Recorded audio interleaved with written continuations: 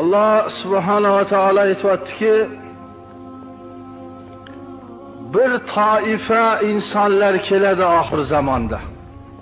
Shu o'tgan zamonidan so'ng qiyomatga yaqin bo'lib, mana biz ham shu qiyomatga yaqin oxir zamon ummatlarimiz shunday bir zamonda odamlar keladiki, namozni zoyi qilishadi, benamoz bo'lib qolishadi, yo benamozga e'tibor bermay qo'yishadi, namozni pisand qilmay qo'yishadi. Namoz o'qisa ham bo'ladi, o'qimasa ham bo'laveradi, musulmonman deb yurishadi.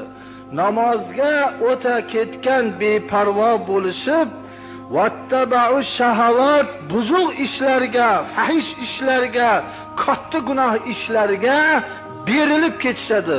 O'yin, kulgi, maishat, zino, buzuqchilikni juda oldingi bir o'zlarini ahamiyatli ishlaridan bilib, shunga tayyorgarlik ko'rib, shunga ishqivoz bo'lib yurishadi.